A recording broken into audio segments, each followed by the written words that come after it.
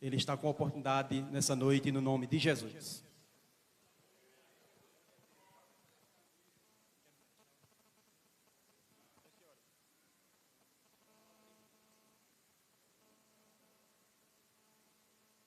Eu quero saudar todos os irmãos com a graça e a paz do Senhor Jesus. Dizer que para mim é uma grande alegria estar aqui nessa noite, participando dessa bonita festa, né? Quero parabenizar a Igreja de Cristo, aqui no Alto da Boa Vista, pelos seus 6 anos de atividade. É uma igreja que nós aprendemos a amar, né? Muitos irmãos queridos nossos aqui. É uma igreja em que sempre abriu as portas, sempre acreditou no nosso ministério. E eu sou muito grato pela vida desses irmãos. Agradeço pelo convite. Em condições normais, irmãos, eu teria inventado uma desculpa para não aceitar. Mas, porque eu não me acho, né, um pregador a nível do evento. Na minha retaguarda tem outros pregadores muito mais capacitados. Só que o pastor Xavier falou comigo em dezembro. E eu disse que aceitava, mas não, daqui para maio ele nem lembra mais. Quando foi em abril, ele mandou a mensagem: e aí, está de pé? E agora tem que aceitar, não é? Mas agradeço ao pastor Xavier pela confiança. Eu gostaria de convidar os irmãos para abrirem suas Bíblias do segundo livro das Crônicas, capítulo de número 30.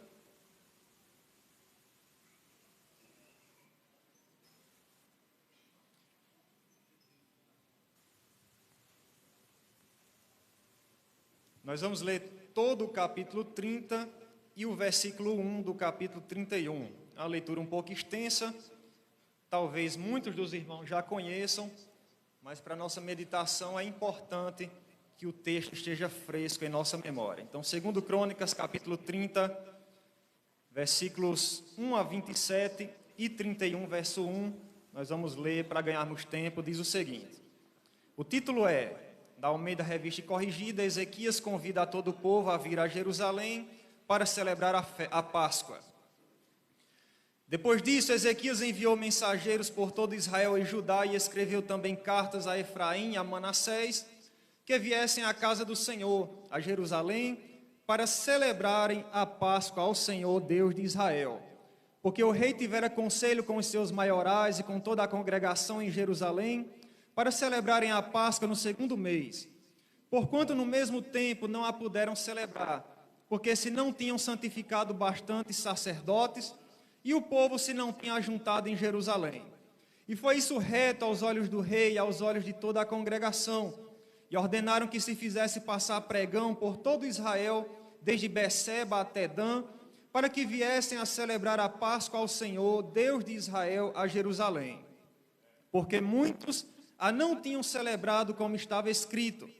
Foram, pois, os correios com as cartas das mãos do rei e dos seus príncipes por todo Israel e Judá, e segundo o mandado do rei, dizendo: filhos de Israel, convertei-vos ao Senhor, Deus de Abraão, de Isaque e de Israel, para que ele se volte para aqueles de vós que escaparam das mãos dos reis da Assíria. E não sejais como vossos pais e como vossos irmãos, que transgrediram contra o Senhor, Deus de seus pais, pelo que os pôs em assolação, como vedes. Não endureçais agora a vossa cerviz como vossos pais. Dai a mão ao Senhor e vinde ao santuário que ele santificou para sempre. E servi ao Senhor vosso Deus, para que o ardor da sua ira se desvie de vós. Porque, em vos convertendo ao Senhor, vossos irmãos e vossos filhos acharão misericórdia perante os que os levaram cativos e tornarão a esta terra. Porque o Senhor vosso Deus é piedoso e misericordioso, e não desviará de vós o rosto se vos converterdes a ele. E os correios foram passando de cidade em cidade, pela terra de Efraim, Manassés, até Zebulon. Porém riram-se e zombaram deles. Todavia alguns de Azé, de Manassés e de Zebulon se humilharam e vieram a Jerusalém. E em Judá esteve a mão de Deus, dando-lhes um só coração, para fazerem o mandado do rei e dos príncipes, conforme a palavra do Senhor.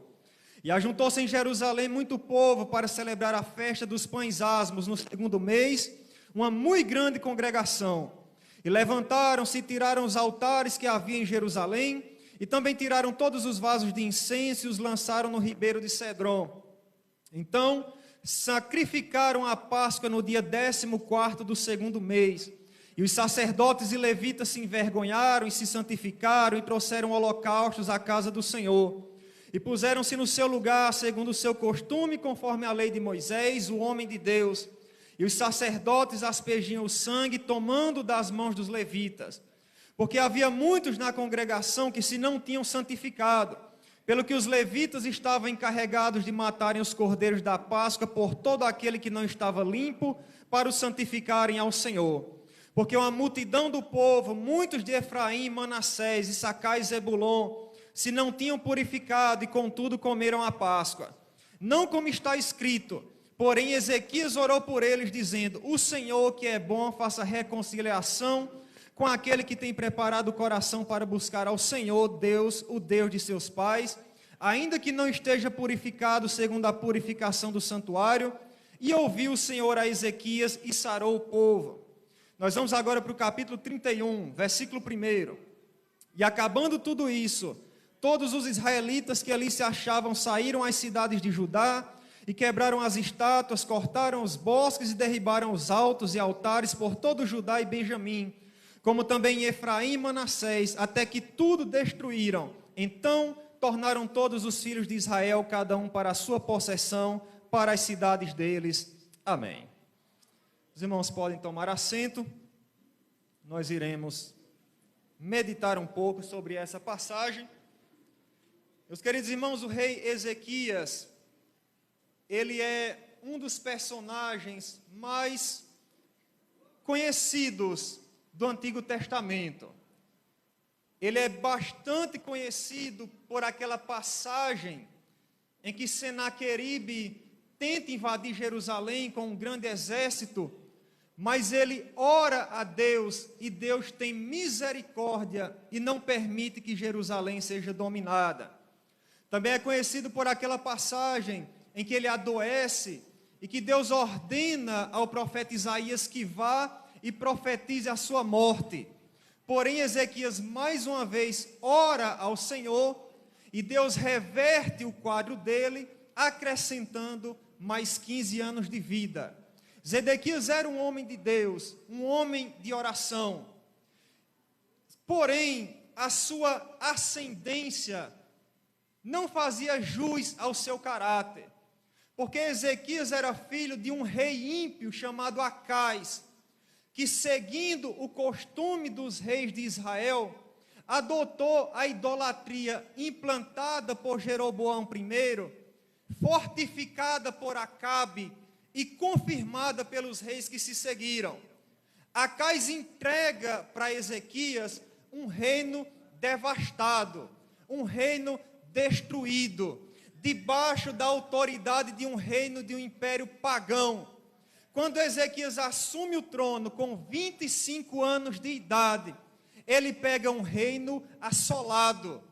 Qualquer rei em condições normais, na posição de Ezequias, pensaria: bom, se eu pego um reino nessas condições, a primeira coisa que eu vou fazer é restaurar a estrutura física desse reino. Eu vou levantar os muros, eu vou restaurar as portas, eu vou levantar um novo exército para que o meu reino se fortaleça. Porém, Ezequias sabia que muros sem Deus caem.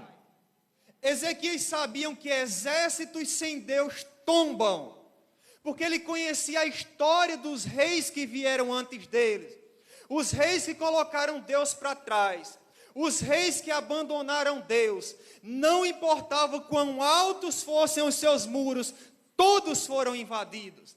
Não importava quão capazes fossem os seus soldados, todos foram derrotados. Então Ezequias vai e pensa: eu não vou seguir pelo caminho deles, eu vou começar buscando a Deus. Porque com Deus, até mesmo muros pequenos permanecem de pé. Com Deus, até mesmo exércitos pequenos vencem batalhas. Porque, irmãos, quando Deus está à frente, os muros permanecem de pé, as batalhas são vencidas e os obstáculos são derrubados. Então Ezequias, ele tem essa mentalidade: eu não vou começar pelos muros, eu vou começar buscando a Deus. Então ele vai buscando a Deus e ele percebe que havia uma festa muito importante que há séculos não era realizada, uma festa chamada Páscoa. A Páscoa era uma das 3 ocasiões por ano em que todos os filhos de Israel deveriam se reunir e se comparecer em Jerusalém ante a presença do Senhor. Só que a Páscoa das 3 era a mais importante, porque a Páscoa remontava ao dia em que Deus arrancou Israel da terra do Egito. A Páscoa era Israel dizendo: Senhor, nós nos lembramos do que o Senhor fez por nós, e nós te adoramos pelo que o Senhor fez por nós, e nós te glorificamos pelo que o Senhor fez por nós. Meus queridos, nessa noite, 6 anos de atividades, o pastor está aqui, os irmãos que começaram o trabalho estão aqui. Quantas dificuldades foram enfrentadas, quantas batalhas foram travadas, mas nós nos lembramos, Senhor, nos lembramos que a Tua mão foi conosco, nos lembramos que o Senhor guiou pelos caminhos, nos lembramos que o Senhor abriu as portas, nos lembramos que o Senhor derrubou as barreiras, e ao Teu nome damos glória para todo sempre. Bendito seja o nome de Jesus.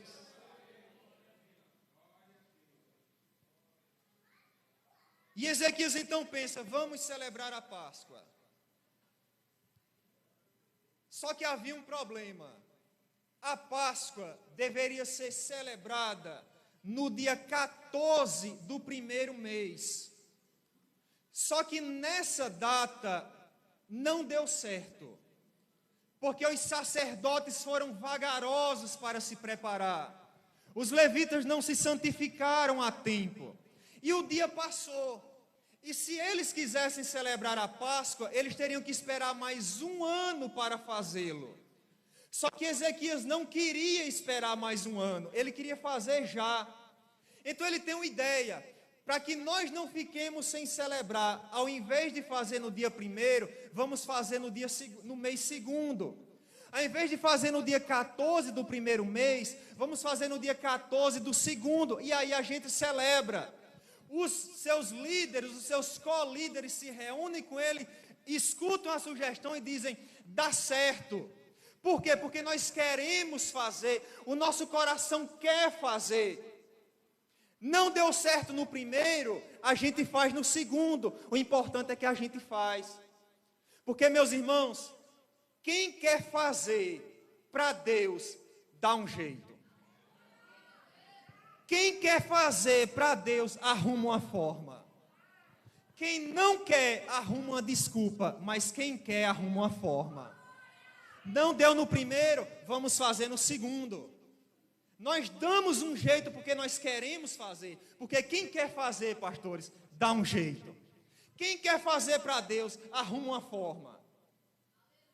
Você imagine a situação de um rapaz conversando com uma moça, e a moça começa a demonstrar interesse por esse rapaz, e esse rapaz começa a dar desculpas para essa moça. Não, é porque eu não estou financeiramente pronto para me relacionar. Não, mas é porque você mora longe. Não, mas é porque a sua altura é um pouco baixa. Moças, se o rapaz inventa isso, é porque ele não quer. É porque ele não quer. Tá certo? Porque quando ele quer, ele não arruma uma desculpa, ele arruma um jeito. Não, mas você não está financeiramente preparado. Mas eu vou estudar, eu vou trabalhar e vou estar preparado. Não, mas eu moro longe. Mas eu tenho uma Monarch barra circular que foi do meu avô. Pesa 50 quilos a bicicleta, mas eu vou bater aí nela. Não, mas você é muito mais alto do que eu. A gente arruma um tamborete para tu subir em cima, mas quem quer dá um jeito.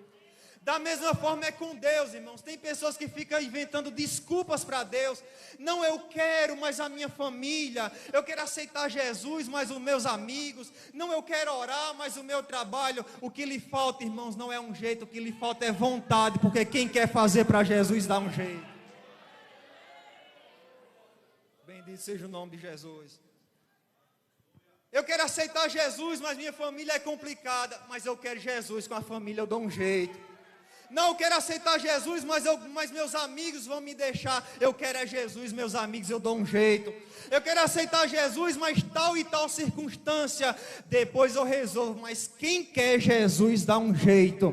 Quem quer buscar a Deus em oração dá um jeito. Quem quer jejuar dá um jeito. Quem quer evangelizar dá um jeito. Quem quer servir a Deus dá um jeito. Quem não quer arruma uma desculpa.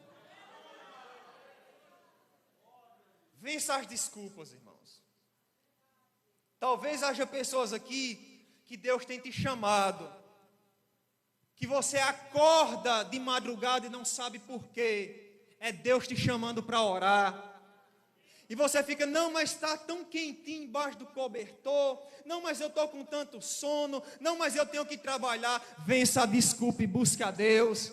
Ah, pregador, mas arde no meu peito uma preocupação pelas almas. Meu coração queima pelas pessoas que se perdem lá fora sem conhecer a Cristo. Mas tem esse empecilho, mas tem esse outro empecilho. Vença as barreiras e dê um jeito, irmãos, porque Deus será contigo naquilo que você fizer para Ele. Então Ezequias pensa, eu quero fazer, então eu vou dar um jeito. Faz no segundo. Mas Ezequias olha para os seus anciãos e diz assim, olha, não vamos fazer só a gente não, vamos chamar Israel também. Aquilo que Deus está fazendo em nosso meio, não vamos ficar só para a gente não, vamos chamar nossos irmãos também, para que eles participem também. Porque, irmãos, ninguém que experimenta a graça de Deus quer guardar para si. Talvez você que não é crente, ache crente um povo meio chato. Porque a gente vai conversar com crente e ele começa a falar de negócio de Bíblia, de igreja, e de Jesus, e de evangelho, e não sei o que. É porque aquilo que está no nosso peito a gente não consegue guardar para nós. Quem se encontra com Jesus quer compartilhar, quer falar dele. Quem se encontra com Jesus quer que os outros conheçam, quer que os outros escutem, quer que os outros conheçam a graça que ele conheceu um dia. Não tem como guardar um fogo encerrado dentro do peito. É por isso que crente fala, que crente canta, que crente prega, que crente profetiza, porque ele quer que os outros conheçam a graça que um dia ele alcançou. Tem pessoas aqui, irmãos, que nem vivo era para estar mais. Tem pessoas aqui que se não fosse a mão de Deus já estava debaixo de 7 palmos faz anos.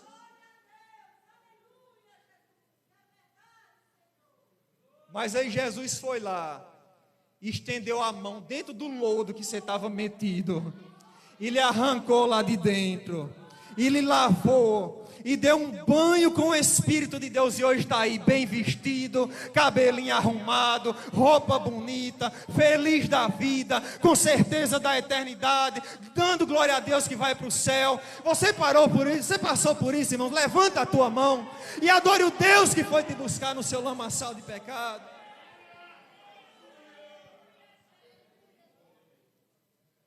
Ezequias não consegue guardar. Então ele diz, manda chamar Israel. E ele escreve cartas. E nessas cartas está dizendo, meus irmãos, vocês estão em uma situação terrível. A situação de vocês é muito difícil. Mas se vocês se arrependerem, se vocês voltarem para Deus, Deus terá misericórdia de você, porque Ele é bom. Porque o nosso Deus é misericordioso. Porque o nosso Deus é gracioso. Se vocês se voltarem para Ele, Ele se voltará para vocês. Se vocês o escutarem, Ele vai escutar vocês também. Então voltem, se arrependem. Ele é bom e misericordioso. Ele foi misericordioso com Israel no deserto. Em Números capítulo 21, versículos 4 a 9. Quando o povo começa a murmurar, quando o povo começa a falar mal de Deus, Deus manda serpentes para que matem aquele povo. E o povo volta para Israel e diz, para Moisés, e diz, Moisés, nós erramos. Moisés, nós pecamos. Moisés, nós caímos. Mas ore a Deus para que Deus tenha misericórdia de nós. Então Deus disse com Moisés: Moisés, construa uma serpente de metal, levante bem alto, e quem for mordido que olhar para a serpente vai escapar. No livro dos Juízes, Israel pecava repetidamente, mas toda vez que Israel pecava, Deus falava com ele se arrependia e Deus tinha misericórdia. No livro de Jonas, Jonas tenta fugir da face de Deus, e a gente acha que Jonas estava fugindo com medo. Ao invés de ir para Nínive, Jonas pega o caminho oposto para Tarsis.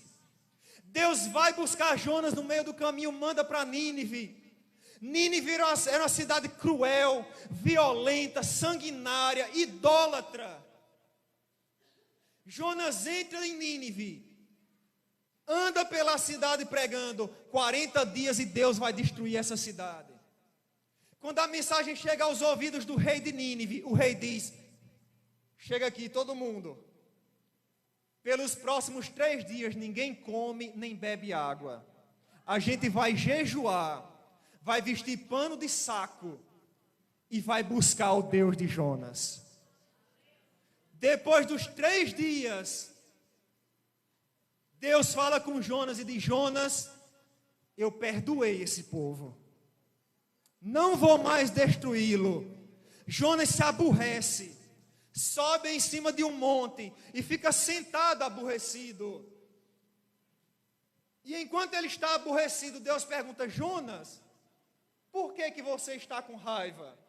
E Jonas diz: porque eu sabia que se esse povo se arrependesse, o Senhor ia perdoar ele.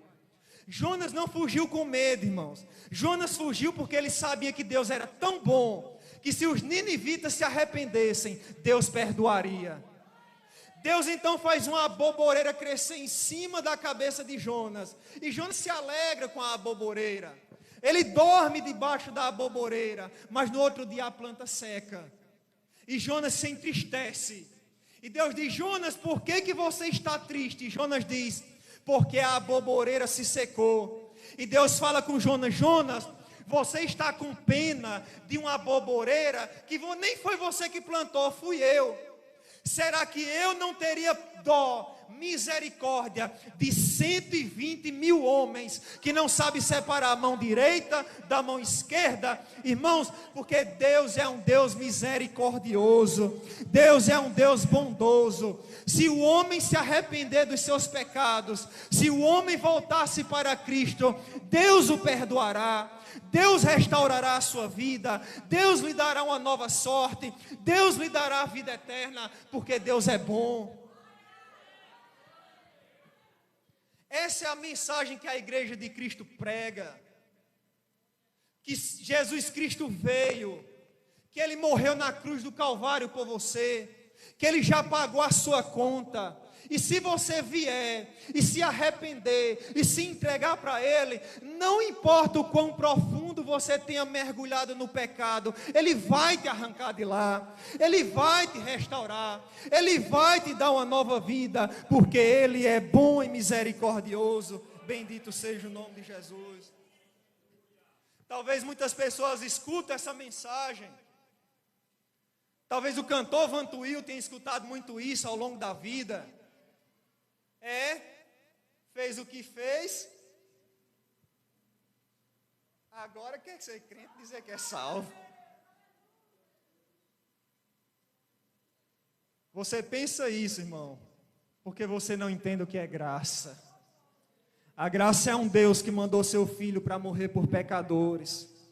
É um Deus que morreu na cruz do Calvário, que pagou a nossa conta e que está disposto a salvar qualquer um que venha até Ele. Ele mesmo falou: todo que o Pai der virá a mim, e aquele que vier a mim, de maneira nenhuma lançarei fora. Essa noite nós lhe convidamos, você que não é crente, venha a Cristo.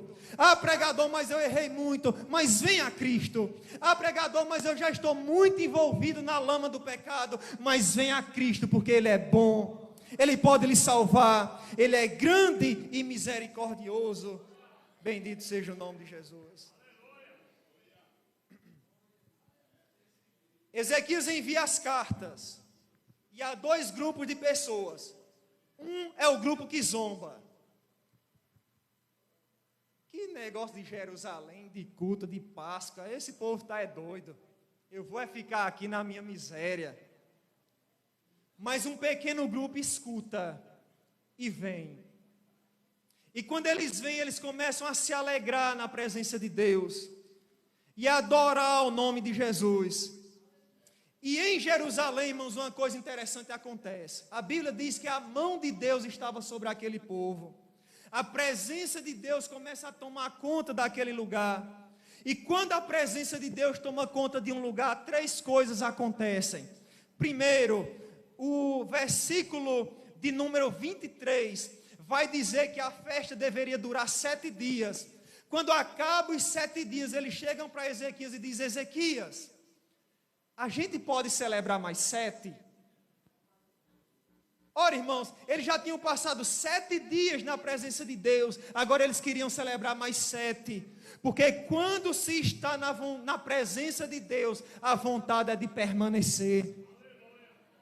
As coisas não são feitas de maneira mecânica, não são feitas para bater o ponto, não são feitas para cumprir a agenda. Quando a presença de Deus está em um lugar, a vontade é ficar nela.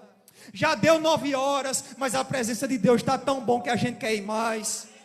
Já orei 30 minutos, mas a presença de Deus aqui está tão bom que eu quero orar mais 30. Já cantamos 3 hinos, mas a presença de Deus está tão boa que eu quero cantar mais 3. Porque na presença de Deus a vontade é de permanecer. A segunda coisa é a adoração espontânea. A Bíblia diz que quando eles decidem passar mais 7 dias, Ezequias começa a trazer holocaustos, começa a trazer sacrifícios. As autoridades também começam a trazer holocaustos para que o povo adore a Deus. O que isso significa, pregador? Que na presença de Deus tem adoração espontânea. Na presença de Deus não é preciso ficar dizendo: dê glória a Deus, dê aleluia, diga não sei o que, fale para o seu irmão, porque na presença de Deus o coração simplesmente se eleva, a voz simplesmente se eleva, e o povo de Deus adora o Deus que se faz presente em seu meio. Quando a presença de Deus está, é diferente, irmãos. Eu já participei de cultos sem a presença de Deus. Mas, pregador, dá para ter um culto sem a presença de Deus? Infelizmente dá. E o pregador vai lá e soa a testa, e soa a camisa, e soa o terno, e corre para um lado, e corre para o outro, e grita, e esperneia, e manda ficar de pé, e manda sentar, e o povo está lá, com o braço cruzado, olhando para ele. Mas eu já participei de cultos tão cheios da presença de Deus, que eu tinha que pedir para os irmãos pararem para eu conseguir pregar. Porque na presença de Deus, o povo de Deus adora. A adoração é espontânea. E por último, na presença de Deus, a grande alegria. É o que o final do texto vai dizer, que eles estavam alegres pelo que Deus tinha feito no meio deles. Esse era o ambiente em Jerusalém. Mas a festa termina. Porque a questão das festas, irmãos, é que elas terminam. Só que quando a festa termina,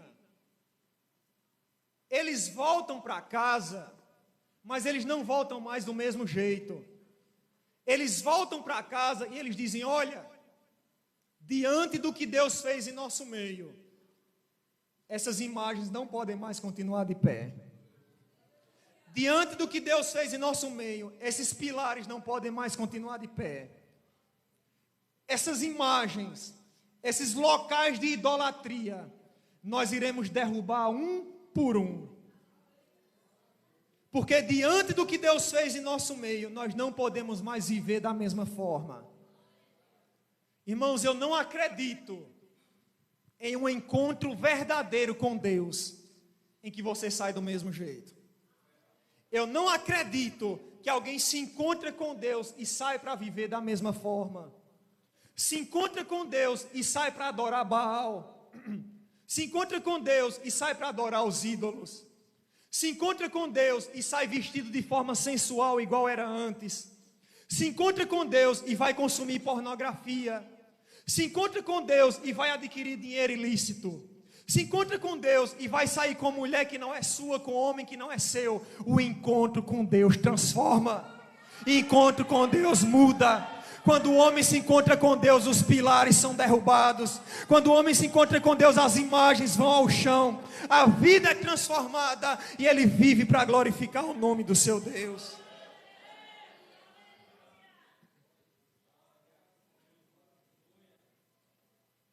Já participei de muitas festas de igreja, muitas mesmo, em que os irmãos estão lá, e eles choram, e levantam a mão, e falam em línguas, e cai pelo chão, e rodopia.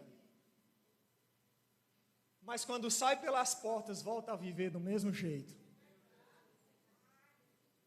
Esses homens e mulheres não.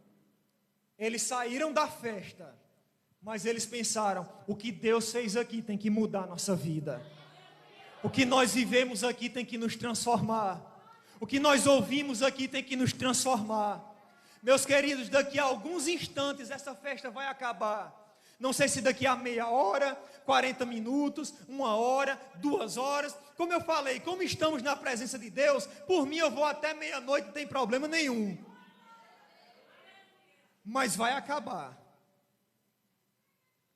E quem vai ser você quando essa festa acabar?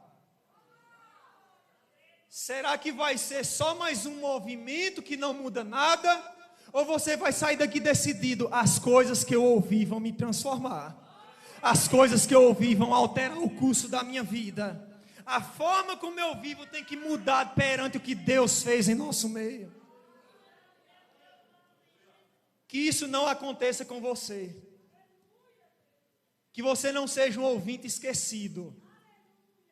Que as coisas que Deus fez essa noite e ainda vai fazer, afetem sua vida.